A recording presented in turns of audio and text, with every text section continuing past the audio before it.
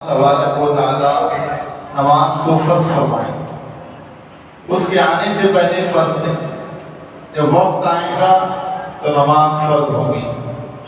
نماز ایک روحانی عبادت بھی ہے اور جسمانی عبادت بھی ہے۔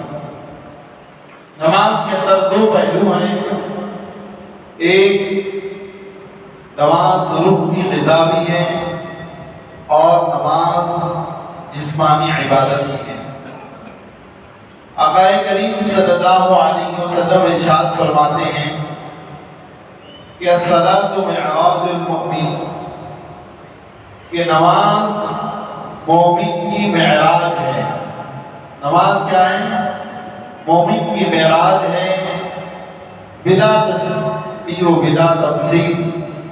اس طرح سے اللہ تبارک و تعالی آقا کریم صلی اللہ علیہ وسلم کو معراج پہ بلایا اور جنت و جہنم اور عرش کی سیر کرائی۔ لامکان سے بھی آگے اللہ تعالیٰ نے اپنے حبیب علیہ السلام کو بلایا، اپنے پیارے حبیب کو بلایا اور بلا کر دنیا والوں کو بتایا کہ میرے مصطفیٰ کی شان یہ ہے کہ وہ عرش پہ آ جائیں تو نالین کے ساتھ تو عرش کا تقدس بڑھ جائے، عرش کی بزرگی بڑھ جائے۔ اور میں نے سارے فرائض کو، سارے احکامات کو زمین پر نازل کیا، لیکن نماز ایک ایسا فریضہ ہے جس کو اللہ تعالیٰ نے لامکان پر فرض فرمایا، حضور کو بلا کر فرض فرمایا۔ تو اس بات کا اندازہ ہوتا ہے کہ دنیا کے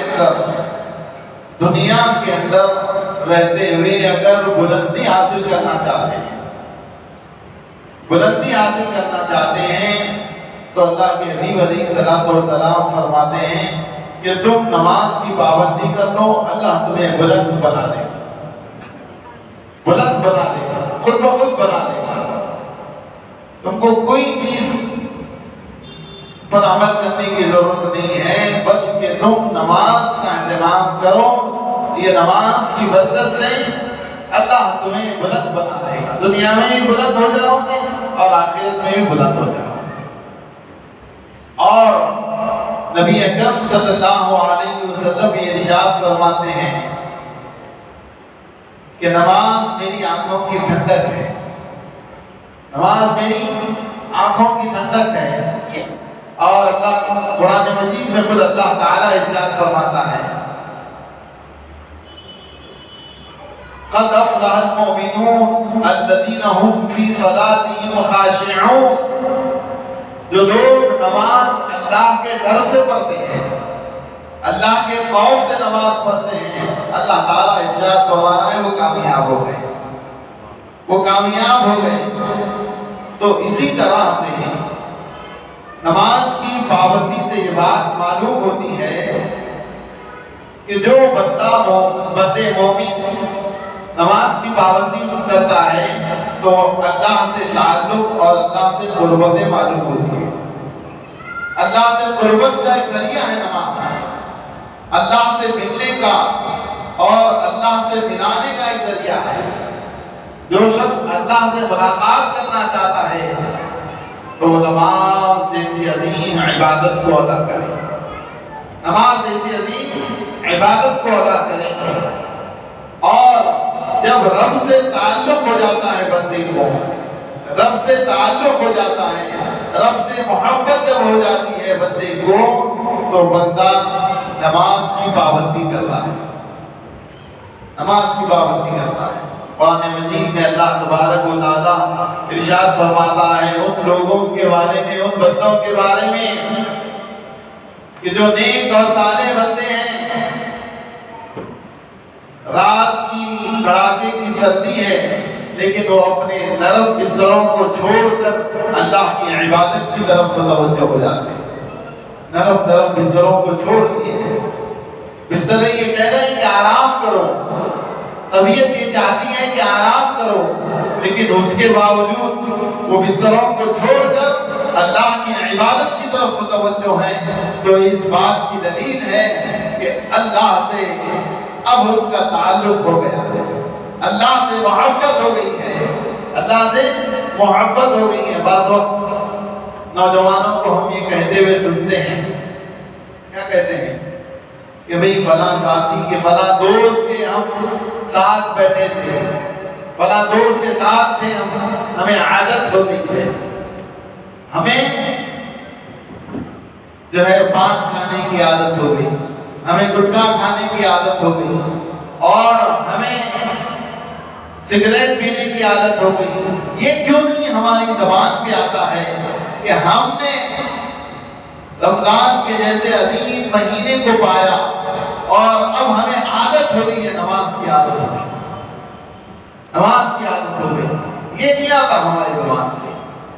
اور نماز کی جب عادت بن جاتی ہے، نماز جب جو ہے ہماری طبیعت کے اندر داخل ہو جاتی ہے، فطرت کے اندر داخل ہو جاتی ہے، تو اللہ کے حبیب علیہ الصلوۃ والسلام فرماتے ہیں کہ جس نے نماز کو دل کے ساتھ پڑھے گا، اللہ تعالی اس کو دنیا کے اندر بھی کامیاب کرے گا اور آخرت کے اندر بھی کامیابی عطا فرمائے گا.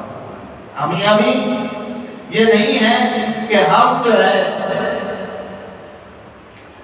حالانکہ ضرورت ہے، پیسہ ایک ضرورت ہے، پیسہ ایک ضرورت ہے. ایک مرتبہ درود شریف پڑھیں، اللہم صلی علی سیدنا محمد وعلی آلہ وصحبہ افضل صلواتک وعدد معلوماتک وبارک وسلم. پیسہ ایک ضرورت ہے، شریعت اجازت دے دی پیسہ کمانے کی، حلال روزی کمانے کی شریعت اجازت دے دی. شریعت کیا ہے بھی اجازت دے رہی ہے، دنیا میں رہو، حلال چیز کماؤ، اور یہ ضرورت ہے، زندگی کا ایک حصہ ہے. بلکہ آقا کریم صلی اللہ علیہ وسلم نے یہ بھی ارشاد فرمایا کہ جو شخص، جو مرد آدمی کمانے کے لیے جاتا ہے اور اس کی نیت یہ ہوتی ہے کہ اس کی بیوی اور بچوں کو کھلائیں، تو یہ کمانا بھی جہاد ہے. یہ کمانا بھی کیا ہے؟ جہاد ہے. تو میرے محترم بزرگوں اور دوستوں، ان ساری چیزوں کے علاوہ، ان ساری چیزوں کے علاوہ، ضروریات زندگی کے علاوہ، بیوی، بچے، کاروبار، نوکری، دوست، احباب، خاندان، قبیلہ، اس سب کے باوجود اللہ کا حق یہ ہے کہ ہم نماز کو اس کے وقت پہ ادا کریں، نماز کو اس کے حق پہ ادا کریں. آپ دیکھتے ہیں کہ مرد آدمی کے لیے ضروری ہے کہ وہ با جماعت نماز پڑھے، جماعت کے ساتھ نماز پڑھے. آقا کیا فرماتے ہیں؟ جو جماعت کے ساتھ نماز پڑھتے ہیں ان کا ثواب، تنہا نماز پڑھنے کا جو ثواب ہے اس سے 27 گنا زیادہ ثواب ہے. 27 گنا زیادہ ثواب ہے جماعت سے نماز پڑھنے کا. اور انسان جب نماز کا عادی ہو جاتا ہے، نماز کا جب پابند ہو جاتا ہے، تو اب اس کی زندگی کے اندر انقلاب کرتا ہوتا ہے، تبدیلی آتی ہے، تبدیلی آتی ہے. آقا فرماتے ہیں کہ سب سے پہلے اللہ تعالیٰ نماز کی پابندی کی وجہ سے اس کے اندر دنیا کے رزق کی جو فکر ہے، دنیا کمانے کی، وہ ختم ہو جاتی ہے. اللہ اس کے رزق کے اندر برکتیں عطا فرماتا ہے، اس کے رزق میں برکت ہو جاتی ہے.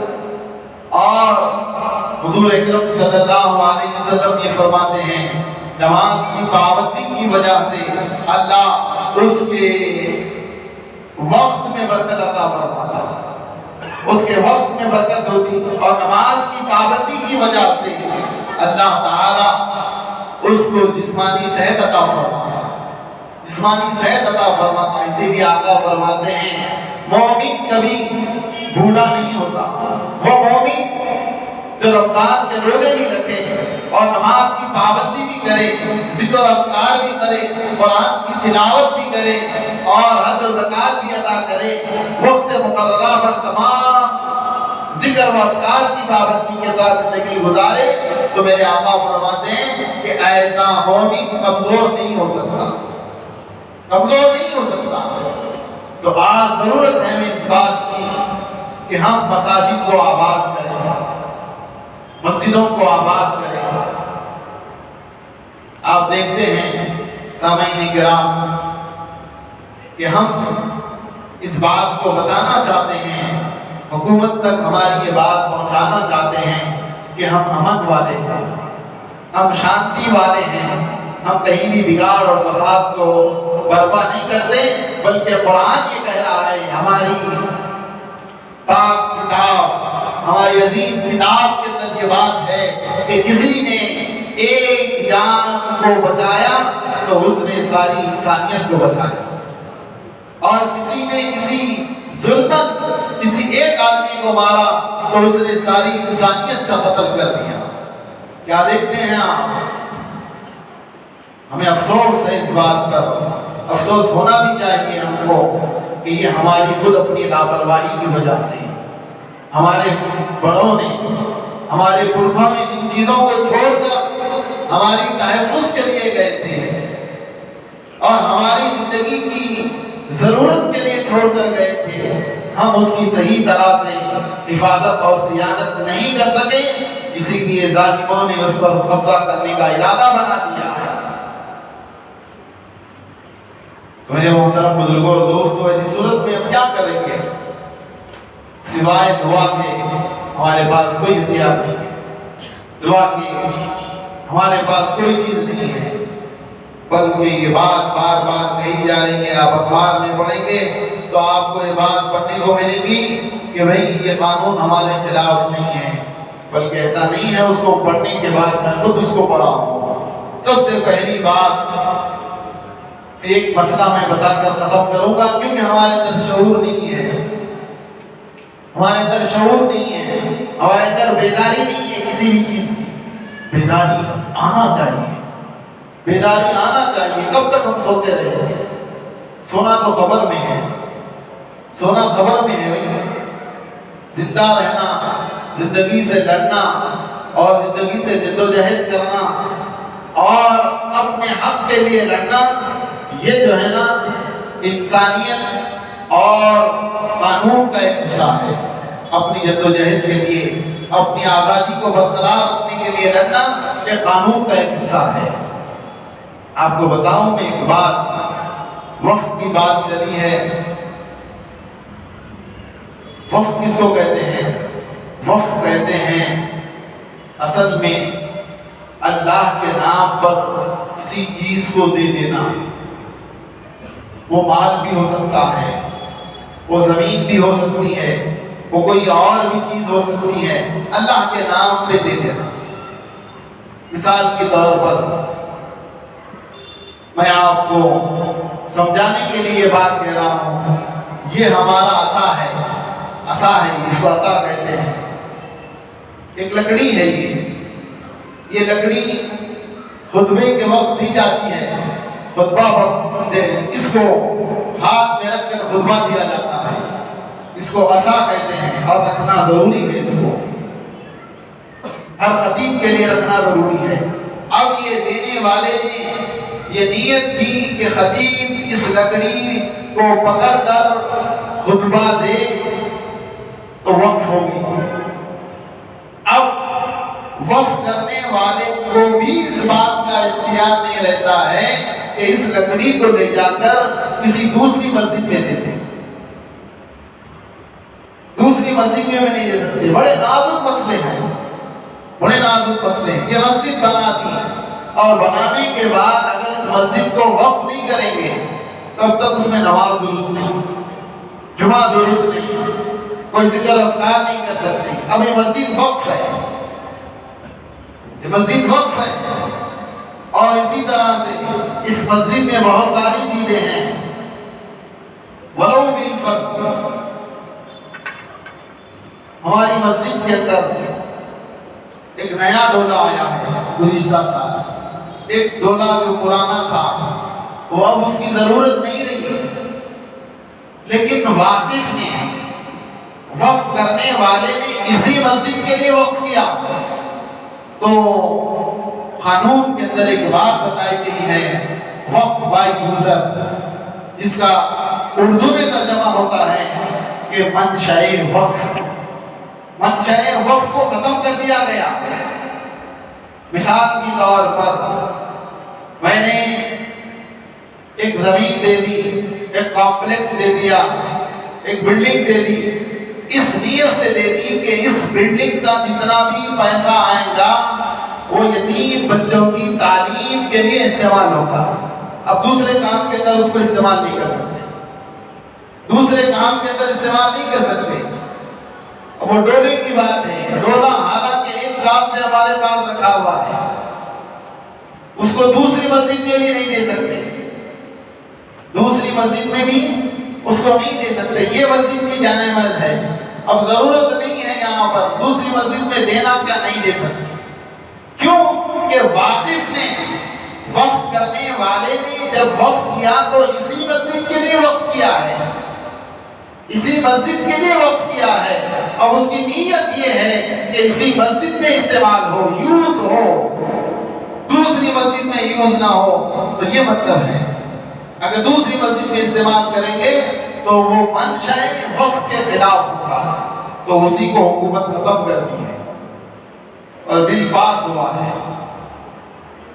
یہ ہماری اپنی نادانی بھی ہے، اس میں ہماری اپنی نااتفاقی بھی ہے، اور ہمارے جو بڑے تھے، جن سیاسی بصیرت جو رکھتے تھے، ان کی بھی اس کے اندر کوتاہی ہے کہ انہوں نے اس کی صحیح طرح سے رکھوالی اور رہبری نہیں کی ہے، تو آج یہ ہمارے پاس ہے۔ لیکن ہم ہماری بعد والوں کو کیا جواب دیں گے، ہمارے بعد والوں کو کیا جواب دیں گے، وہ ضروری ہے۔ ہم اپنے آنے والی نسلوں کو کیا چھوڑ کر جائیں گے؟ آپ دیکھتے ہیں حیدرآباد کے اندر مدینہ جو بلڈنگ ہے، مدینہ جو بلڈنگ ہے، آنے کے بعد مدینہ بلڈنگ چورستے پر، وہ پوری بلڈنگ رائٹ سائڈ کی جو وائٹ بلڈنگ ہے وہ پوری وقف ہے۔ ایسی بہت ساری پراپرٹی، اور رباط میں جائیں گے آپ، رباط کے اندر جائیں گے تو میر عثمان علی پاشا نے رباط میں رہنے کے لیے 700 آدمیوں کا رباط فری رکھ دیا، اس کے اندر رہنا کرنا فری، اس کے اندر مدینہ میں بھی ہے، وہ مکہ شریف کے اندر بھی ہے۔ تو یہ وقف ہے، وقف کی بہت ساری چیزیں، اب جتنے بھی یہ مسجد کے اندر آپ چیزیں دیکھ رہے ہیں یہ سب وقف ہے، اور وقف کرنے والا اب اس کو حق نہیں ہے کہ وہ لے جا سکتے۔ ایک ایک ذرہ اس مسجد میں جو بھی ہے کس کے لیے وقف ہے؟ اللہ کے لیے وقف ہے، دینے والے نے دیا۔ تو اس کے اندر تعلق معلوم ہو رہا ہے بندے کا اور رب کا تعلق معلوم ہو رہا ہے کہ ہم اپنے رب کے لیے دنیا کی کیا چیزیں ہیں ہم تو جان دینے کے لیے تیار ہیں۔ دنیا کی کیا نعمتیں ہیں، پیسہ کیا ہے، دنیا کا سامان کیا ہے، ہم تو رب کے لیے اپنی جان دینے کے لیے تیار ہیں۔